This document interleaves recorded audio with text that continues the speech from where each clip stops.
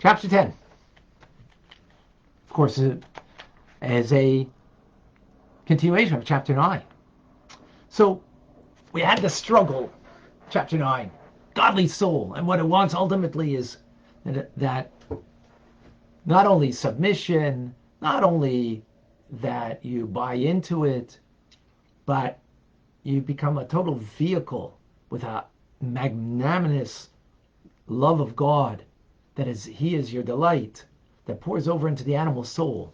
So when a person really works on this, that their divine soul to prevail over their animal soul, they wage that war that we just spoke about in chapter 9, and banishes and eradicates the evil that's in the left part of the heart,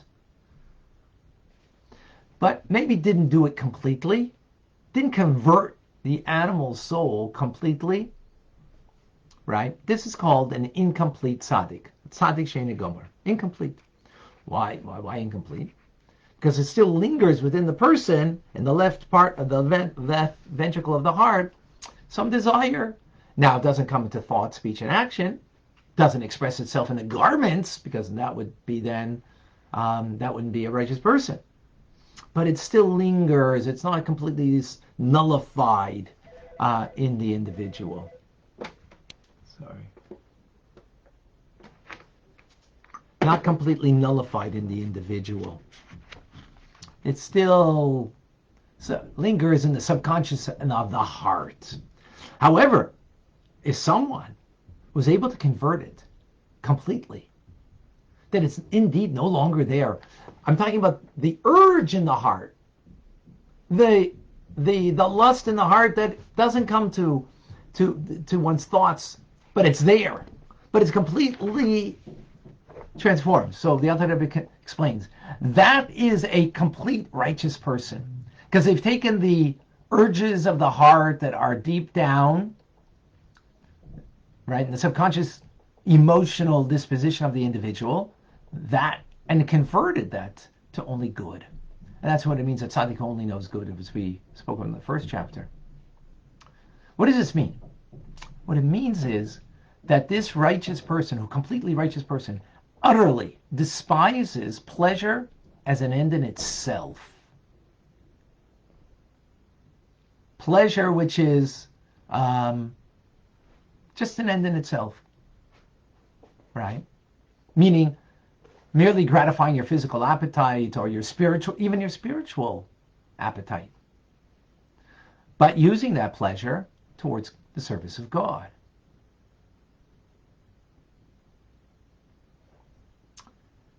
So why does this person despise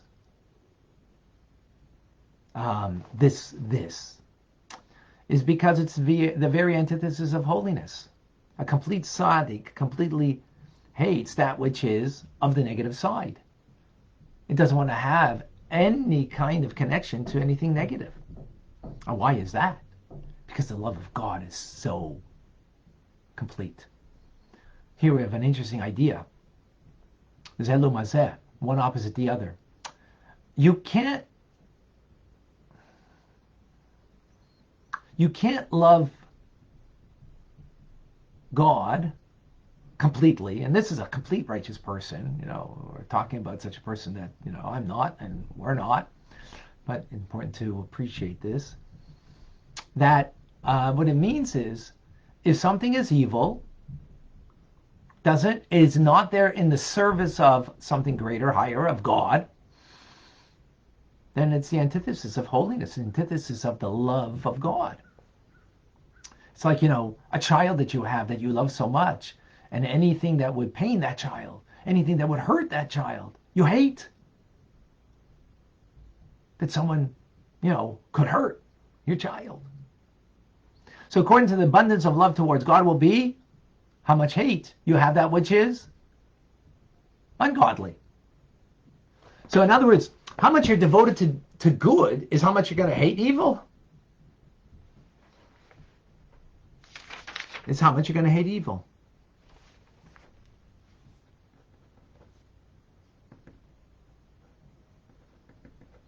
That's the message here. Let's unpack this. This is in a very absolute terms. This is, by the way, not even a Rebbe, not a Rebbe in Israel is even greater than that, a head of the Jewish people. But here we're talking about a righteous person. A righteous person means, you say, oh, you're such a good person, you're such a righteous person. Righteous person means a complete righteous person. They don't have an urge in their heart for anything that's self-indulgent, that is self-directed even, right? That it's an end in itself, that is an end in itself rather than a means to connect to God. So do they eat? Can they enjoy the food? It's not about whether they enjoy the food. Is what is it that is motivating them? What is it, do they appreciate it? Yes, they can. But that's not what food is, just pleasure or a nice comfortable couch for pleasure. It is a means, it's a tool to express the love of God. That's very powerful. That's a very not simple and easy thing that can be accomplished, right?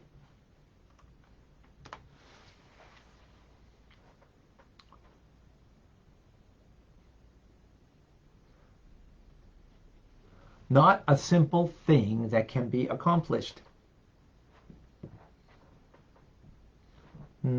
And that's a work. A tzaddik's not born a tzaddik, as we said in the beginning of the chapter. They have to work on themselves to get there. That's what they got to do. They're working on battling the negative side, and finally they conquer it, first becoming incomplete, that still it lingers things inside, and then becomes complete. Then it becomes complete. Complete righteous individual. In the sense that a complete righteous individual. Wow. Can you imagine not having an urge in your heart for something that's self-directed? That's just an end in itself? That's like, when you think about righteous people out in the world, that's not that righteousness at all. This only exists by someone who really conquered and really worked on themselves. All right. Brief questions today. As we have a campaign, charity campaign, charity.com, charity with a D, /CZK, if you can put that up again, Leah, or Davida, Liba, everywhere. Appreciate that. We appreciate your support. If you want, I'll call you. Text me, message me, and you'll get a call. So you can help us out. Or you just go online and do it. Okay, Andrew, since all the emotions come from God, does refusing to follow our emotions, does rejecting the same allow godly soul to grow and to mature, to connect on a higher level to God? Yes. So when you say refusing our emotions, it's does rejecting them, listen, let me ask you, if you have a kid, and the kid did something that, you didn't like, right? You didn't like. So what do? You think negative towards them. Because the emotion is negative towards them. So you have some negative thought about them. Not about helping them to fix it. I'm saying you have a negative emotion towards them. That's not a tzaddik. That's actually not even a Beinoni, because a Beinoni will have that thought and push it away.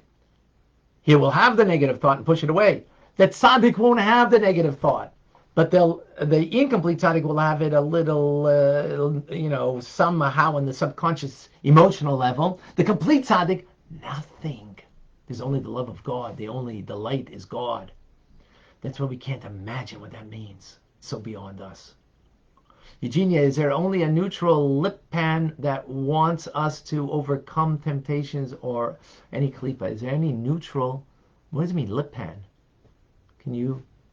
That's probably another word you meant there. Probably auto correct that. What is the difference between an incomplete tzaddik and a Beinoni? The Beinoni has a struggle. The Beinoni will have the negative thought come to their mind, but they won't allow it to be entertained. An incomplete tzaddik won't even have that negative thought come to mind. Okay. Any others? Can we please put up on charity.com? Okay, charity.com/CZK. Really appreciate your support.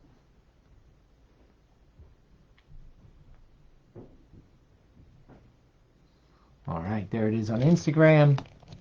All right, folks. I'm Rabbi Ronnie Fine, coming to you from Chabad Zichron Kadeshim, bringing you daily with pleasure and a privilege. Tanya, thank you for joining. Have a wonderful day.